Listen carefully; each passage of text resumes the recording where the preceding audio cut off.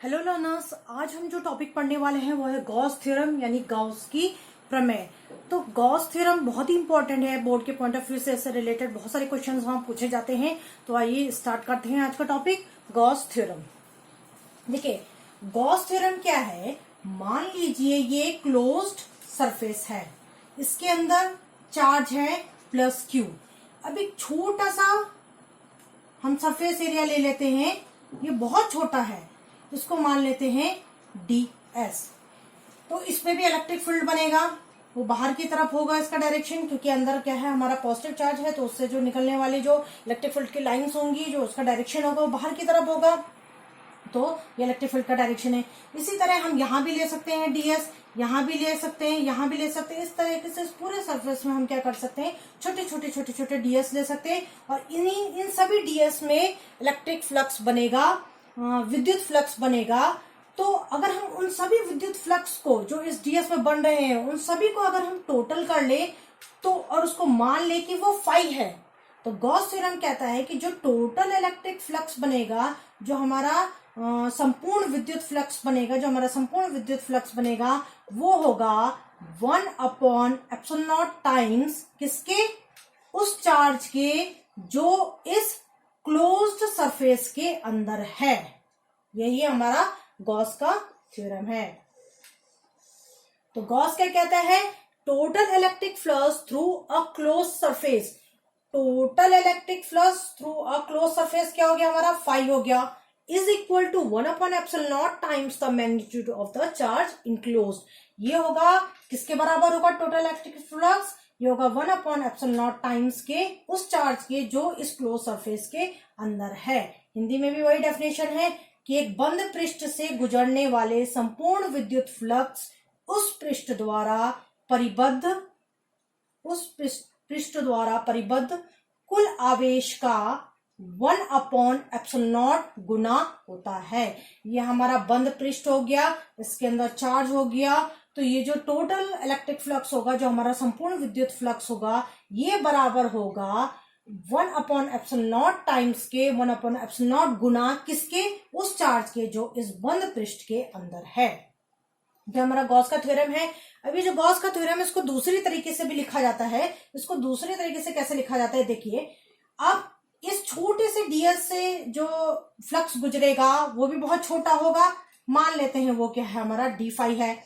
हमने जहां electric flux पढ़ा था, वहां हमने इलेक्ट्रिक फ्लक्स के फॉर्मूला पढ़ा था, फाई इक्वल्स टू होता है E vector dot A vector. यहाँ छोटा सा है तो यहाँ d फाई लिखा है, E वेक्टर हमारा वही रहेगा।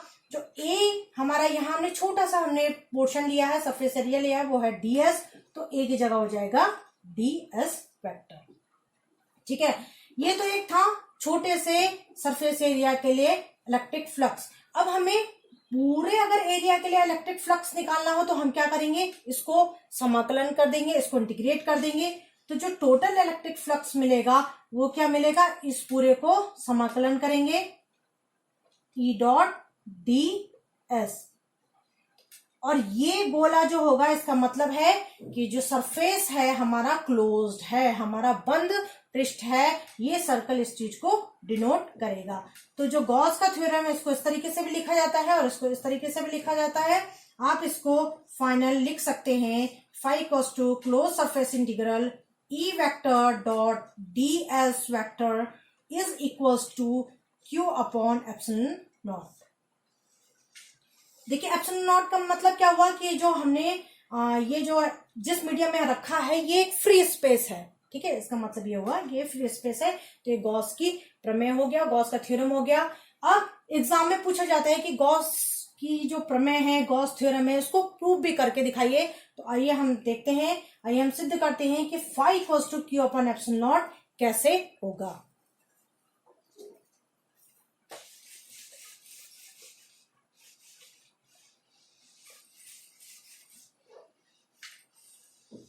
देखिए, हमें क्या प्रूफ करना है, हमें गॉस की थ्योरम प्रूफ करनी है, जो कि क्या है फाई इक्वल्स टू Q/ε0। इसको हमें सिद्ध करना है। तो इसको सिद्ध करने के लिए हम मान लेते हैं, ये हमारा प्रूफ है। ठीक है, मान लेते हैं एक स्फेयर है, एक गोला है, उसके अंदर सेंटर में एक चार्ज है प्लस क्यू। अब एक छोटा सा पोर्शन ले लेते हैं ds, एक छोटा सा सरफेस एरिया ले लेते हैं, बहुत छोटा है, इसको ले लेते हैं ds। इस सरफेस एरिया में जो इलेक्ट्रिक फील्ड का डायरेक्शन होगा वो बाहर की तरफ होगा।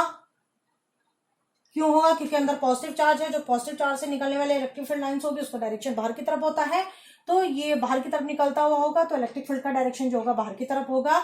और हमें पता है जो कि एरिया वेक्टर का डायरेक्शन भी नॉर्मल होता है सरफेस के, तो ये जो ds का डायरेक्शन होगा, इस एरिया वेक्टर का डायरेक्शन होगा, वो भी बाहर की तरफ होगा और इसी के पैरेलल होगा।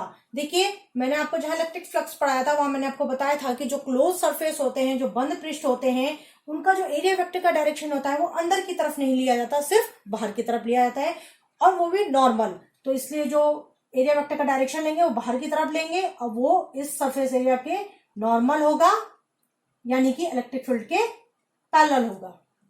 ठीक है, अब स्टार्ट करते हैं एक और चीज। मान लेते हैं कि इस स्फीयर का जो रेडियस है, जो इसकी त्रिज्या है, वो स्मॉल r है।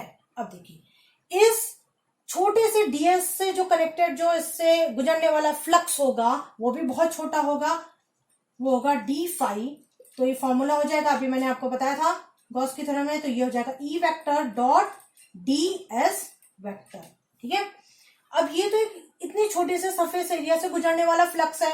अब इसी तरीके से हम यहाँ पे भी निकालेंगे, यहाँ पे भी निकालेंगे, यहाँ पे भी निकालेंगे, तो टोटल अगर निकालेंगे तो मान लेते हैं अगर टोटल इलेक्ट्रिक फ्लक्स हमारा फाई है, तो टोटल इलेक्ट्रिक फ्लक्स कैसे निकलेगा? इस डी फाई को इंटीग्रेट करने से। इसको हम क्या करेंगे? पूरा इंटीग्रेट करेंगे, पूरा समाकलन करेंगे, तो हमारे पूरे इस एरिया के लिए, सरफेस एरिया के लिए हमें क्या मिल जाएगा? इलेक्ट्रिक फ्लक्स मिल जाएगा इक्वल्स टू, अब डी फाई की जगह ये क्लोज भी लगा लेते हैं क्योंकि ये सरफेस क्या है हमारा, क्लोज्ड है, तो डी फाई की जगह वैल्यू इसको पुट कर देते हैं, ये हो जाएगा E vector dot ds vector equals to close surface integral. अब डॉट हटेगा तो कॉस आएगा, कॉस थीटा।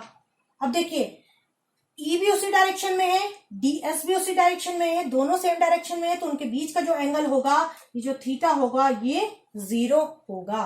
तो अगर यहाँ थीटा की जगह 0 पुट करते हैं तो हमें पता है कि cos 0 की वैल्यू 0, cos 0 की वैल्यू जो होती है वो 1 होती है।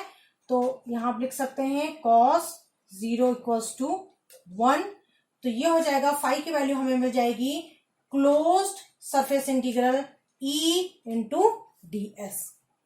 अब हमें पता है इलेक्ट्रिक फील्ड, जहां हमने इलेक्ट्रिक फील्ड पढ़ा था वहां हमने फॉर्मूला पढ़ा था electric field due to a point charge, एक बिंदु आवेश के कारण विद्युत क्षेत्र की तीव्रता का फॉर्मूला पढ़ा था। वो क्या था हमारा? Equals to 1 upon 4 pi epsilon naught q upon r square. इस वैल्यू को इस इक्वेशन में पुट कर देंगे तो फाई की जो वैल्यू होगी वो आ जाएगी closed surface integral 1 upon 4 pi epsilon naught q upon r square ds। ठीक है, इसको यहां मिटा देते हैं। अब इसके बाद मैं यहां कर रही हूं, यहां देखिए, अब देखिए जो इंटीग्रेशन होगा वो ds के रिस्पेक्ट में होगा। 1 अपॉन 4 पाई एप्सिलॉन नॉट क्या है हमारा? यूनिवर्सल कांस्टेंट है, तो ये तो बाहर आ जाएगा। q भी हमारा कांस्टेंट है, ये भी बाहर आ जाएगा। r की वैल्यू भी कांस्टेंट है, आप चाहे ds यहाँ लीजिए, यहाँ लीजिए, यहाँ लीजिए, यहाँ लीजिए, कहीं भी लीजिए, तो r की वैल्यू चेंज नहीं होगी, r की वैल्यू भी कांस्टेंट है, तो ये पूरा का पूरा टर्म बाहर आ जाएगा, ये कांस्टेंट है। तो फाई की वैल्यू हो जाएगी 1 upon 4 pi epsilon naught q upon r square, और अंदर रह जाएगा क्लोज इंटीग्रल, ये हो जाएगा ds। अब देखिए यहां इसको मिटा दूं मैं। अब यहां देखिए जो ds है वो स्मॉल पोर्शन है, इसका अगर हम इसको क्लोज इंटीग्रल, अगर हम इसका पूरे का इंटीग्रेशन करेंगे तो यानी कि ये ds, ये ds, ये ds, तो पूरा जो ds होगा तो वो पूरा बन जाएगा इस पूरे स्फीयर का सरफेस एरिया। अगर हम एक छोटा सा सरफेस एरिया ले रहे हैं उसको इंटीग्रेट करेंगे तो जो हमें मिलेगा वो उस स्फीयर का, उस गोले का क्या होगा, सरफेस एरिया हमें मिलेगा। तो सरफेस एरिया का जो फॉर्मूला होता है स्फीयर का वो होता है 4πr²। तो इस वैल्यू को हम इस इक्वेशन में पुट कर देंगे तो फाई की वैल्यू आ जाएगी 1/4πε0 Q/r², और इसकी जगह हम 4πr² लिख देंगे तो जगह 4πr²। 4π कैंसिल हो जाएगा, r² कैंसिल हो जाएगा, तो फाई की जो हमें फाइनल वैल्यू मिली है Q/ε0 मिली है। यही हमारा गॉस का थ्योरम था। तो यहाँ हमने गॉस का थ्योरम भी प्रूफ कर दिया। एक बात यहाँ ध्यान रखिएगा कि कोई जरूरी नहीं है कि क्लोज सरफेस हम स्फीयर ही लें, हम कुछ भी ले सकते हैं, पर ध्यान रखिएगा कि वो सरफेस क्लोज ही होना चाहिए। उसके लिए भी ये फॉर्मूला वैलिड है, क्योंकि हमें साफ साफ दिख रहा है कि क्लोज जो सरफेस है उस पर हमारा जो ये फ्लक्स है वो डिपेंड नहीं कर रहा है।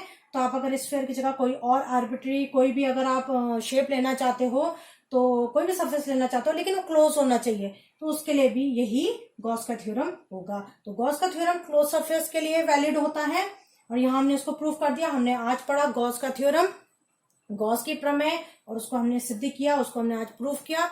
तो आज के लिए इतना ही। नेक्स्ट क्लास में नेक्स्ट टॉपिक के साथ फिर मिलेंगे। Good bye.